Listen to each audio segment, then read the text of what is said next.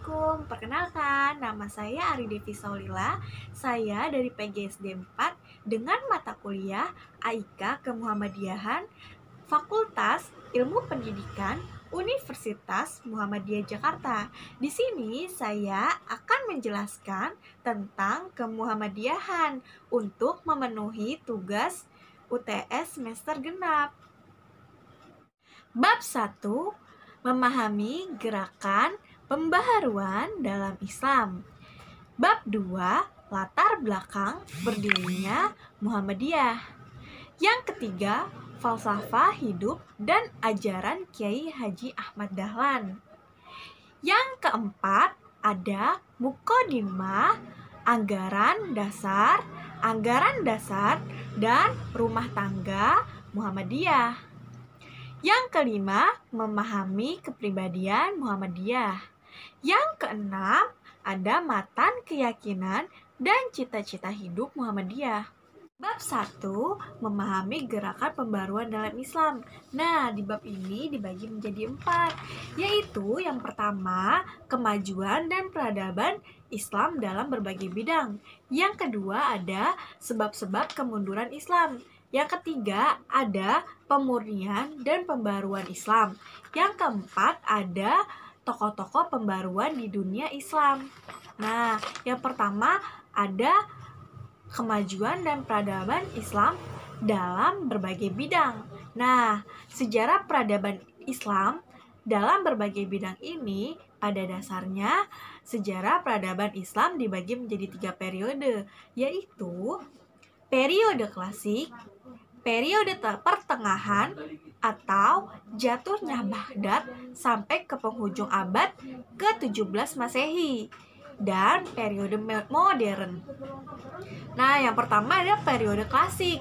Periode klasik ini dibagi menjadi 2, yaitu fase integrasi kemajuan dan fase disintegrasi. Nah, fase integrasi dan kemajuan ini pada dasarnya Bani Umayyah Islam mulai masuk ke Eropa melalui Spanyol. Pengaruh Islam meluas dari Afrika Utara sampai ke Spanyol di sebelah barat, dan melalui Persia hingga ke India belahan timur. Sejumlah ulama besar juga bermunculan di fase ini, seperti Imam Malik, Imam Abu Hanifah, dan Imam Syafi'i, dan Imam Ibn Hambal dalam bidang fikih. Nah, itu salah satu imam besar yang masuk ke dalam Islam. Nah, fase disintegrasi. Pada fase disintegrasi, keutuhan umat Islam dalam bidang politik mulai pecah.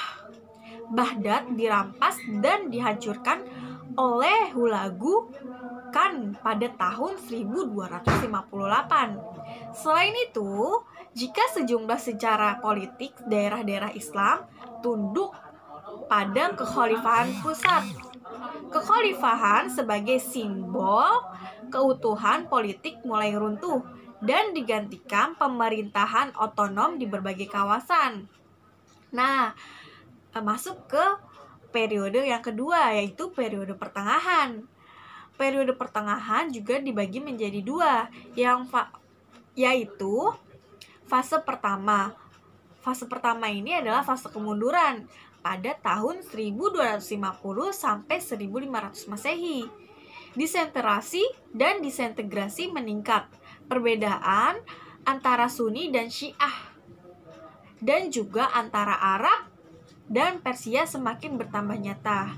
Nah, yang kedua ada fase kedua dan adalah 3 kerajaan besar, yaitu pada tahun 1500 sampai 1700 Masehi, dan masa kemunduran adalah pada tahun 1700 sampai 1800 Masehi. 3 kerajaan besar yang dimaksud adalah Kerajaan Utsmani di Turki, Kerajaan Safawi di Persia, dan Kerajaan Mughal di India. Perhatian terhadap ilmu pengetahuan sangat kurang di masa ini. Hasilnya, umat Islam semakin mundur saat tiga kerajaan tersebut mendapat banyak tekanan. Kekuatan militer dan politik menurun. Kerajaan Safawi dihancurkan oleh serangan-serangan bangsa Afgan. Kerajaan Mughal diserang juga oleh raja-raja India. Kerajaan Utsmani terpukul di Eropa, sementara Mesir dikalahkan Prancis atau Nepal. Bab 2, latar belakang berdirinya Muhammadiyah. Muhammadiyah berdiri pada saat dunia Islam mulai mengalami kekuasaan Imperium Turki Utsmani yang memudar. Wahabi mulai berkuasa di semenanjung Arab.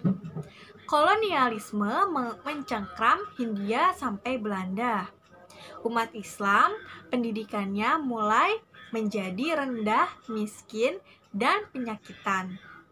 Pada saat kondisi seperti itu, munculnya priai Jawa dan pedagang Kauman yang menyadari posisi sosial pemeluk Islam sebagai bagian dari ibadah dan amal soleh. Di tengah-tengah kondisi yang tidak menentu seperti yang digambarkan di atas, Ahmad Dahlan muncul sebagai seorang yang peduli terhadap kondisi yang dihadapi masyarakat pribumi secara umum atau masyarakat muslim secara khusus.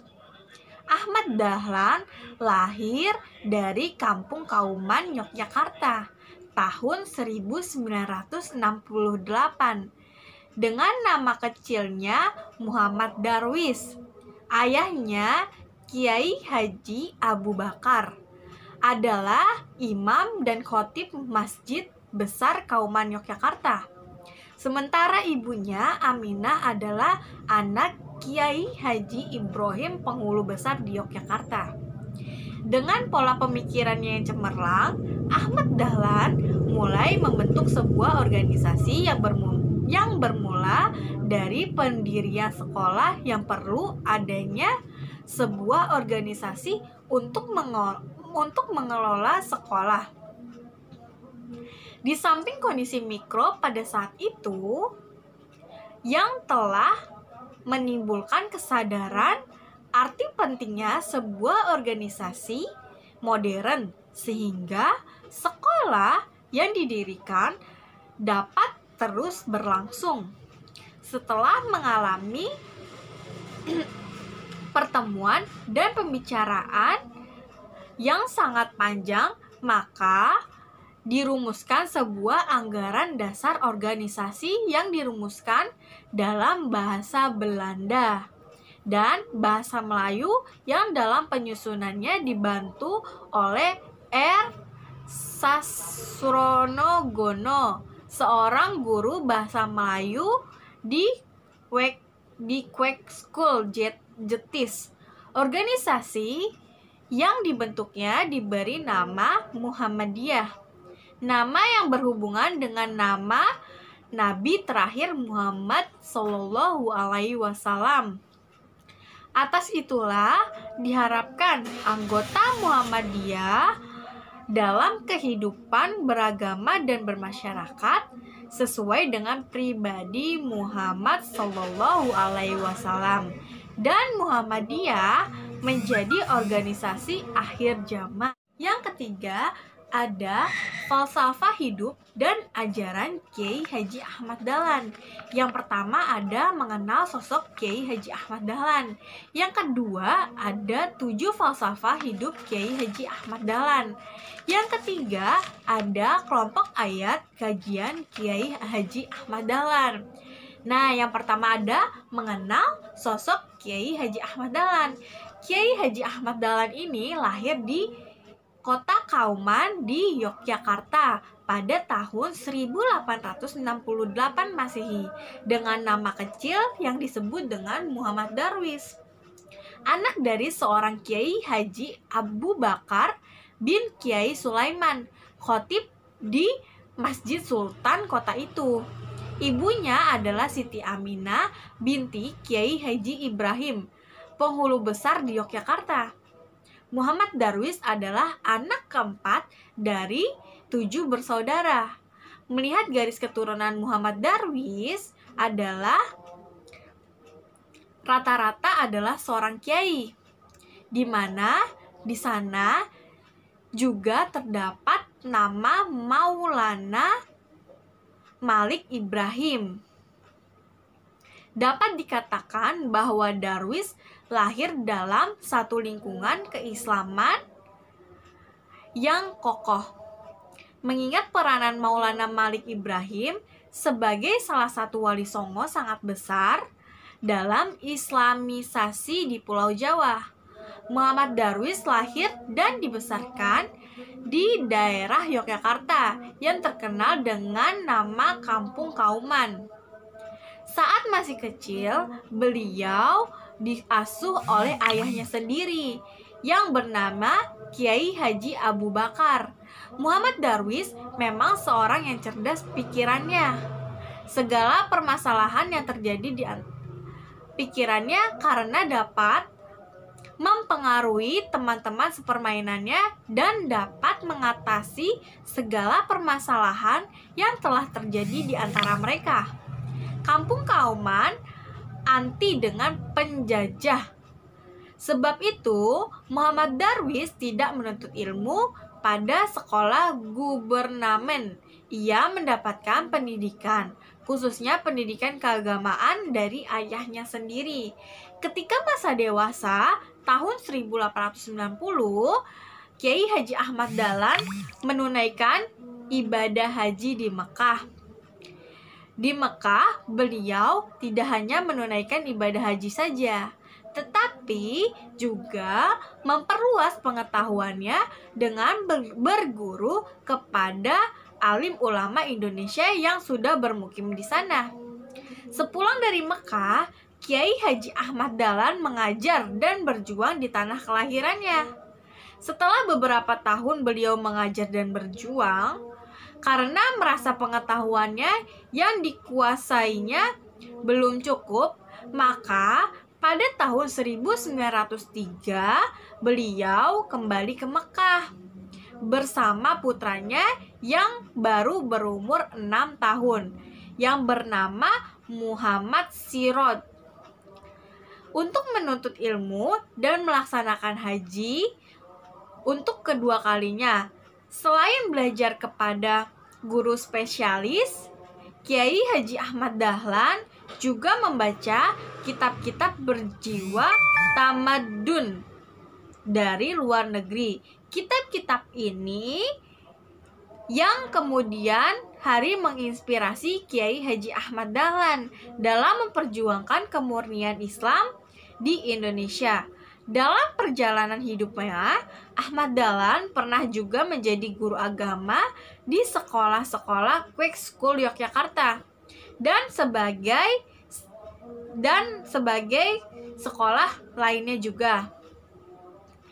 Sebelum ia aktif dalam gerakan Muhammadiyah, Ahmad Dahlan pernah memasuki Budi Utomo tahun 1909 dengan maksud memberikan pelajaran agama kepada para anggotanya. Nah, yang kedua ada tokoh-tokoh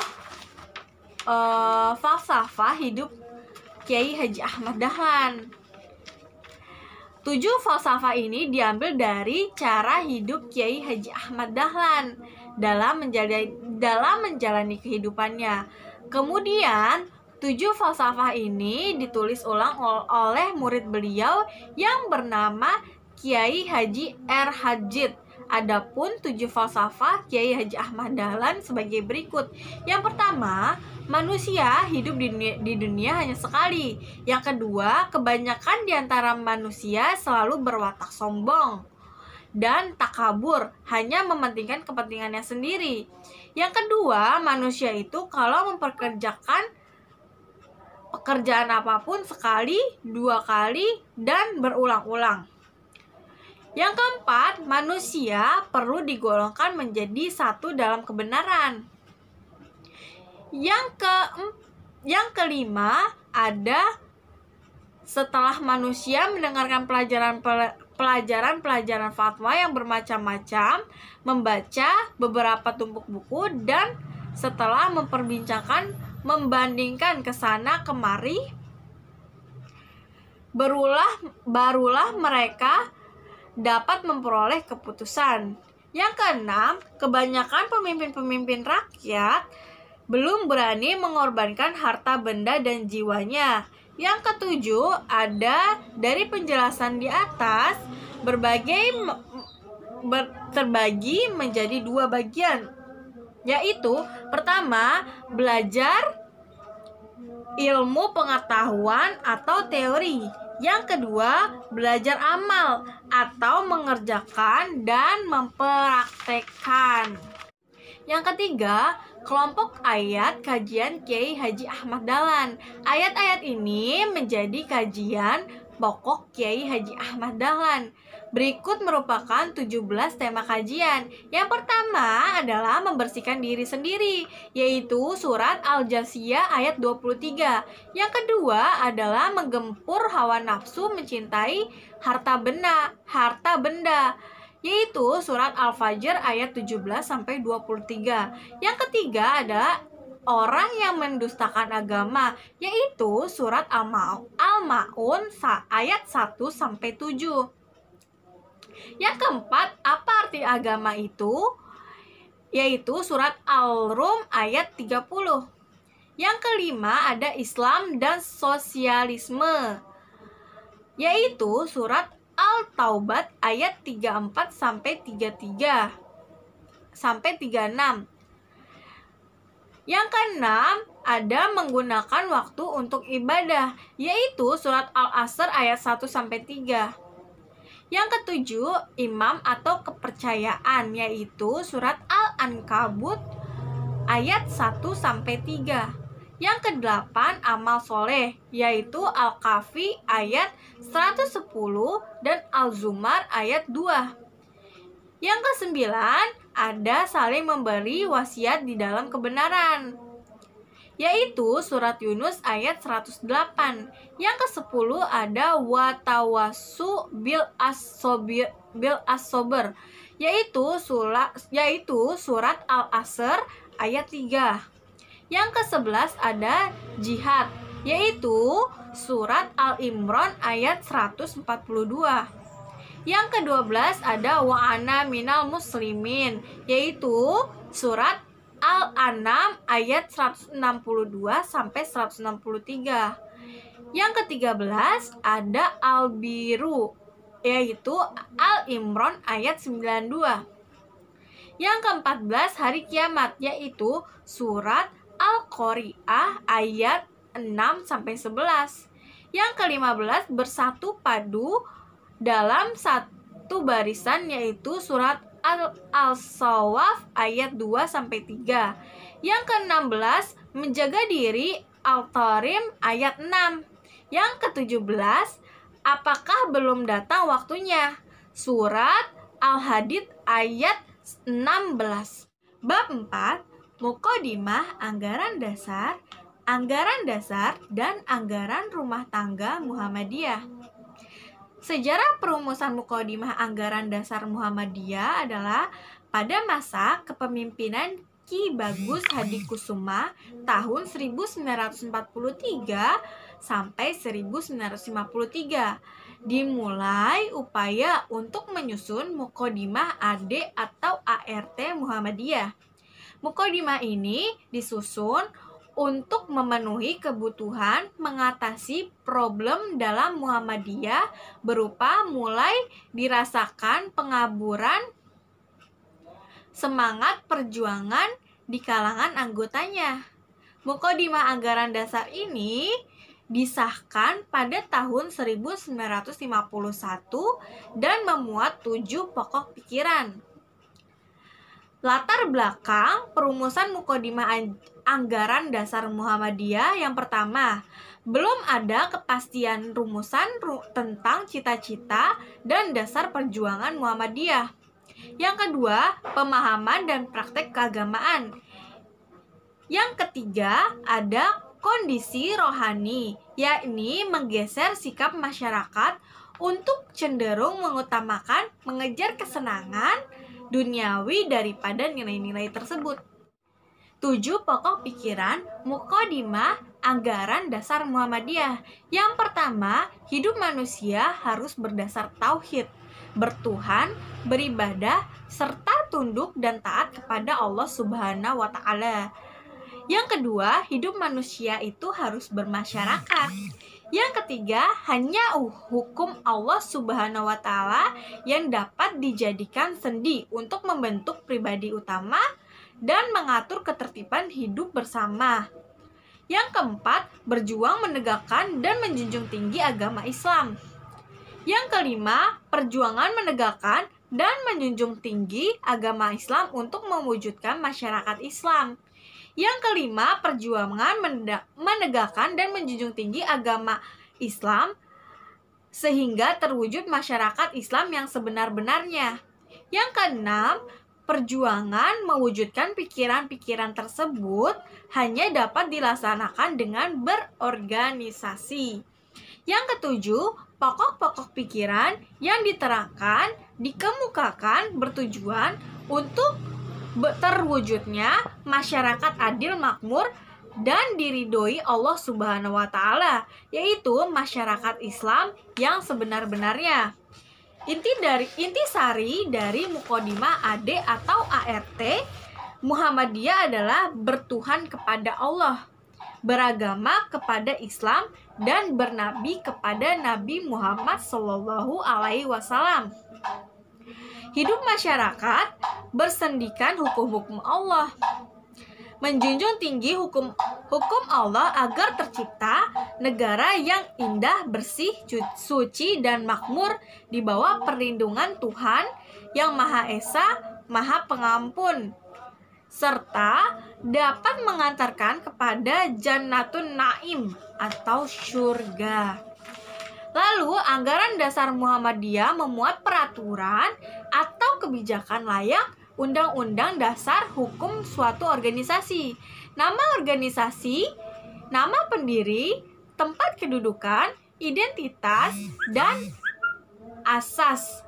Lambang organisasi, maksud dan tujuan, usaha, keanggotaan, pimpinan, unsur pembantu, pimpinan, organisasi otonom, permusyawaratan, rapat, kekayaan dan keuangan, serta laporan terdiri dari 16 bab dan 42 pasal. Sedangkan anggota rumah tangga Muhammadiyah memuat penjelasan lebih lanjut mengenai peraturan yang ada di dalam anggaran dasar dan dapat diubah atau disesuaikan terdiri atas 38 pasal. Lalu, yang terakhir, beberapa organisasi otonom dalam Muhammadiyah yakni Aisyah, Pemuda Muhammadiyah, Nasyiatul Aisyah atau NA, Ikatan Pelajar Muhammadiyah atau IPM, Ikatan Mahasiswa Muhammadiyah atau IMM, Tapak Suci Putra Muhammadiyah, dan Hizbul Waton. Bab 5. Memahami kepribadian Muhammadiyah. Yang pertama ada kepribadian Muhammadiyah. Yang kedua ada hakikat Muhammadiyah. Yang ketiga ada dasar amal usaha Muhammadiyah. Yang keempat ada pedoman amal usaha Muhammadiyah. Yang pertama, kepribadian Muhammadiyah. Muhammadiyah di satu pihak istiqomah dalam prinsip tetapi juga bersifat terbuka, adil, mengindahkan aturan, dan mengambil banyak jalan tengah. Secara substansi dan isi sifat-sifat Muhammadiyah sebagaimana terkandung dalam kepribadian Muhammadiyah sudah melekat dalam gerakan Islam ini sejak didirikannya oleh Kiai Haji Ahmad Dahlan.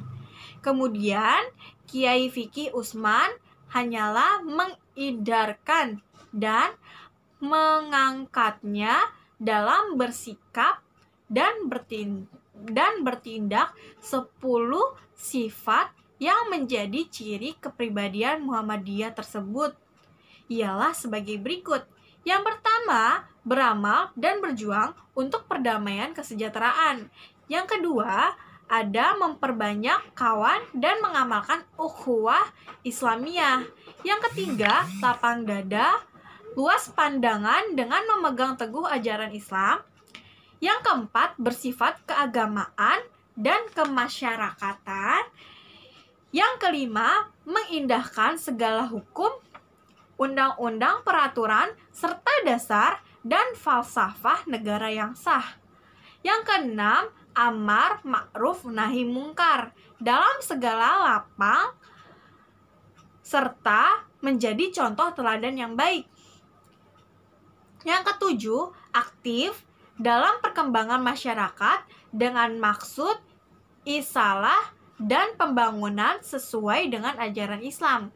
Yang kedelapan, kerjasama dengan golongan Islam maupun juga dalam usaha menyiarkan dan mengamalkan agama Islam serta membela kepentingannya.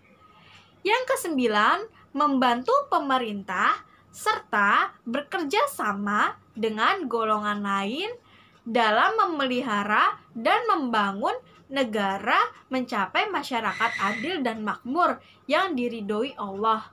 Yang kesepuluh, bersifat adil serta korektif di dalam dan keluar dengan bijaksana.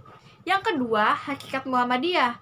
Hakikat Muhammadiyah sesuai dengan wujud ghaibi Rasulullah SAW disebut juga sebagai batin nabuwah atau kenabian. Dan disebut bahwa hakikat Muhammadiyah ini adalah wilayah batin kenabian. Sejatinya, wali merupakan nama Allah dan makom wilayah adalah lantaran di satu sisi hakikat ini menuju pada hak fana dan makom bako atau abadi kepadanya. Sedangkan kenabian adalah dari sisi lataran hakikat ini menuju ciptaan atau kholik yang bersifat temporal dan suatu waktu kelak akan terputus. Sesuai dengan keyakinan para arif, seluruh nabi semenjak Adam, Isa alaihi salam. Selanjutnya yang ketiga ada dasar amal usaha Muhammadiyah. Dasar amal usaha Muhammadiyah yaitu terwujudnya masyarakat Islam yang benar-benar di mana kesejahteraan, kebaikan, kebahagiaan luas serta merta Muhammadiyah mendasarkan segala gerak dan amal usahanya atas prinsip yang tersimpul dalam mukadimah anggaran dasar. Yang keempat, pedoman amal usaha Muhammadiyah. Pedoman amal usaha Muhammadiyah yaitu untuk mencapai tujuan tunggalnya harus berpegang teguh akan ajaran Allah dan Rasul-Nya, bergerak membangun di segenap bidang dan lapangan dengan menggunakan cara serta menumpuk jalan yang diridhoi Allah. 6. Matan keyakinan dan cita-cita hidup Muhammadiyah. Matan keyakinan dan cita-cita hidup atau MKCH diputuskan oleh Tanwir Muhammadiyah pada tahun 1969 di Ponorogo sebagai kelanjutan amanat Muktamar 1968 di Yogyakarta. Matan ini disempurnakan oleh PP Muhammadiyah tahun 1970. Muktamar ke-37 di Yogyakarta bertema Tajdid Muhammadiyah yang melakukan koreksi organisasi dan retajdid bidang ideologi atau keyakinan dan cita-cita hidup, kitah perjuangan, gerak dan amal usaha, organisasi dan sasaran atau tajdid. Yang pertama, Muhammadiyah adalah gerakan Islam dan dakwah amar ma'ruf nahi mungkar, berakidah Islam dan bersumber pada Al-Quran dan Sunnah, bercita-cita dan bekerja untuk terwujudnya masyarakat utama, adil, makmur, yang diridhoi Allah Subhanahu wa taala untuk melaksanakan fungsi dan misi manusia sebagai hamba dan khalifah Allah di muka bumi. Yang kedua, Muhammadiyah berkeyakinan bahwa Islam adalah agama Allah yang diwahyukan kepada Rasulnya sejak Nabi Adam, Nuh, Ibrahim, Musa, Isa, dan seterusnya sampai kepada Nabi penutup yaitu Nabi Muhammad SAW sebagai hidayah dan rahmat dari Allah kepada umat manusia sepanjang masa dan menjamin kesejahteraan hidup, material dan spiritual duniawi dan ukhrawi. Yang ketiga, ada Muhammadiyah dalam mengamalkan Islam berdasarkan Al-Quran dan Sunnah Rasul. Yang keempat, Muhammadiyah bekerja untuk terlaksana ajaran-ajaran Islam atau pemikiran dan gerakan Muhammadiyah yang meliputi bidang-bidang akidah, akhlak, ibadah, muamalah duniawiyah. Yang kelima, Muhammadiyah mengajak segenap lapisan bangsa Indonesia untuk berusaha bersama-sama menjadikan suatu negara yang adil dan makmur dan diridhoi Allah Subhanahu wa taala, yaitu baldatun thayyibatun warobun ghafur, yaitu keputusan Tanwir tahun 1969 di Ponorogo. Islam dalam keyakinan Muhammadiyah. Muhammadiyah meletakkan Islam sebagai ajaran dari Allah yang selain satu juga bersifat menyejarah dengan dibawa dan didakwahkannya oleh nabi dan rasul Allah. Dalam perjalanan sejarah umat Islam, umat manusia, sehingga kehadiran agama samawi ini memang untuk rahmatan lil alamin. Itulah agama langit untuk kehidupan manusia. Gerakan pemikiran Muhammadiyah dan Tajdid abad kedua, Muhammadiyah berkomitmen untuk kuat melakukan gerakan pencerahan. Gerakan pencerahan merupakan praktis Islam yang berkemajuan untuk membebaskan, memberdayakan, dan menjatuhkan kehidupan. Tujuan gerakan pencerahan dihadirkan adalah untuk memberikan jawaban terhadap problem-problem kemanusiaan seperti kemiskinan, kebodohan, ketertinggalan, dan persoalan-persoalan lainnya yang bercorak struktural dan kultural. Mungkin itu saja yang dapat saya sampaikan tentang kemuhammadiyahan. Billahi taufiq wal hidayah. Wassalamualaikum warahmatullahi wabarakatuh. Terima kasih.